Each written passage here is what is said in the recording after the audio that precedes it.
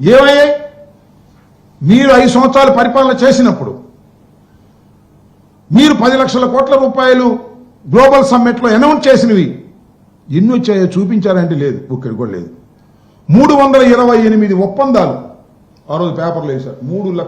328 ఒప్పందాలు చేసుకున్నాం. 20 లక్షల మందికి ఉద్యోగాలు వస్తున్నాయి. 10 లక్షల కోట్ల రూపాయలు గ్లోబల్ సమ్మిట్ ద్వారా తీసుకొచ్చినటువంటి ఘటన సమర్థుడు చంద్రబాబు నాయుడు గారు అని డప్పాలు కొట్టుకునేటటువంటి కార్యక్రమం చేశారు.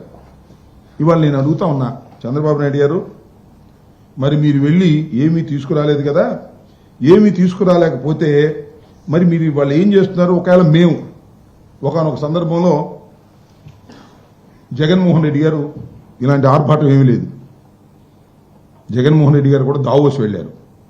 ఆయన ఉట్టుచేలతో ఊగించుకురాలా. అది పరిస్థితులు ప్రభావమో అదృష్టమో.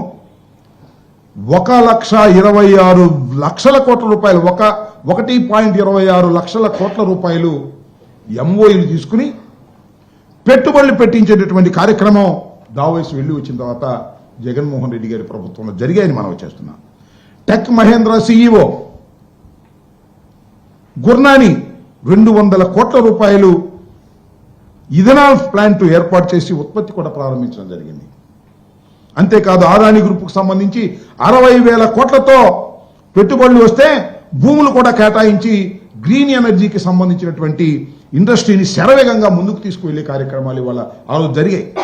అంతేకాదు 37,000 కోట్ల పెట్టుబడితో వచ్చిన గ్రీన్ కో కంపెనీ కర్నూలు జిల్లాలో గ్రీన్ కో కంపెనీ మొన్న కూడా చంద్రబాబు నాయుడు గారి మరి ఉప ముఖ్యమంత్రి గారు వెళ్ళారు, పవన్ కళ్యాణ్ గారు వెళ్ళి అద్భుతమైనటువంటిది ఇది అని కూడా చెప్పడం జరిగింది.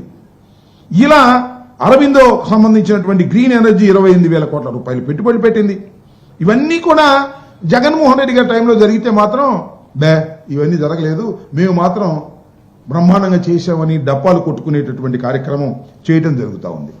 ఒకసారి ఎందుకో కొన్ని కారణాల వల్ల జగన్మోహన్ రెడ్డి గారు దావోస్ వెళ్ళకపోతే ఏంటండి, ఇదిగో ఈనాడు పేపర్ చూడండి, ఓషోష్ మనకెందుకు దావోస్, పెట్టుబడి అవసరంలా మనకి, జగన్మోహన్ రెడ్డి గారు వెళ్లాల్సిన అవసరంలా దావోస్ ఒక్కసారి వెళ్ళకపోతేనే దావోసు ఎందుకు వెళ్ళలేదు అని ప్రశ్నల మీద ప్రశ్నలు కురిపించారు. దావోస్ వెళ్ళి మీరు ఆయన ఎవరో మరి పెట్టుబడుల కోసం దావోస్ వెళ్ళలేరా అని ఈనాడులో స్టేట్మెంట్ ఇచ్చారు. మీరు దావోస్ వెళ్ళి ఉత్త చేతులతో తిరిగి వస్తేనేమో దావోస్ వెళ్తే పెట్టుబడులు వస్తాయా అని వాళ్ళు దబాయిస్తారు. జగన్మోహన్ రెడ్డి గారు దావోస్ వెళ్ళకపోతేనేమో పెట్టుబడులు మీకు అవసరం లేదా అంటారు. 2 నాలుకలు మీరేనా, మీ ధోరణేనా అని అడుగుతా ఉన్నా. అదేమంటే అప్పుడు రాశారు వాళ్ళు, చంద్రబాబు నాయుడు గారు చెప్పారు, పొరుగు రాష్ట్రాలను చూసి బుద్ధి తెచ్చుకోండి, పొరుగు రాష్ట్రాలు దావోస్ వెళ్ళి ఎన్ని పెట్టుబడులు తీసుకొస్తున్నాయి, ఏమని జగన్మోహన్ రెడ్డి గారు మీరు దావోస్ వెళ్ళలేదు, పొరుగు రాష్ట్రాలను చూసి బుద్ధి తెచ్చుకోండి అన్నారు. మరి ఇప్పుడు ఏం చెప్పాలి మేము? పక్కన మహారాష్ట్ర, పక్కన తెలంగాణ, వాళ్ళని చూసి మీరు బుద్ధి తెచ్చుకోవాలా? వాళ్ళు శుభ్రంగా వెళ్ళారు, కోట్లు వేసుకున్నారు, పెట్టుబడులు తెచ్చారు, ఎంఓఎని తీసుకొచ్చారు. మరి చంద్రబాబు నాయుడు గారు కోట్లు వేసుకోలేదు, పెట్టుబడులు తీసుకురాలేదు.